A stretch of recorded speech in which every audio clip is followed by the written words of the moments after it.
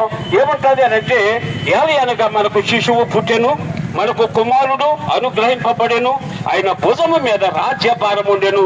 ఆశ్చర్యకరుడు, ఆలోచనకర్త, బలవంతుడైన దేవుడు, ఇచ్చుటకు తండ్రి, సమాధానకర్తయగు అధిపతి. అయితే గమనించాలి, యేసు ప్రభువులు ఏముండారంటే నెమ్మది, శాంతి, సమాధానము, ఉక్రోషం, వేదన, బాధలు ఇవన్నీ కూడా ఆయనను స్వీకరించిన తర్వాత లోకంలో ఉన్నటువంటి ఈ అన్ని కూడా ఉపయోగం లేనటువంటి విషయాలు విడిచిపెట్టి మనిషి ప్రశాంతంగా బ్రతికి ఆయనను వెంబడించాలి. మనం చూస్తాం ఏమిటంటే, మన పట్టణం ఈనాడు ఇంత స్థిరంగా ఇంత అభివృద్ధి పదంలో ఉన్నారంటే మనందరూ కలిసి ఉండటం. హైందవ సహోదరులు ఉన్నారు, ముస్లిం సహోదరులు ఉన్నారు, క్రైస్తవ సహోదరులు ఉన్నారు.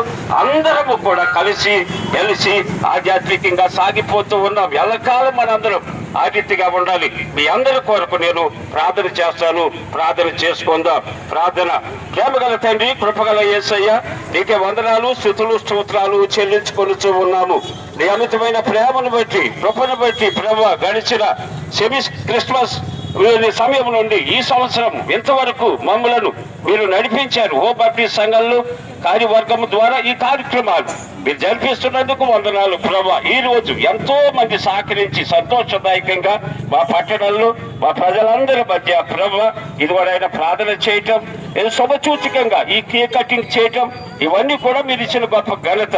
మరి ముఖ్యంగా ప్రభా ఐదవ సహోదరులను దీవించండి ప్రభా, ఆశీర్వదించండి. వారు చేస్తున్నటువంటి ఉద్యోగాలు, వారు చేస్తున్న వ్యాపారాలు, వారు చేస్తున్న వ్యవసాయాలు, వారు ఏ పని చేసినా ఆశీర్వాదాలు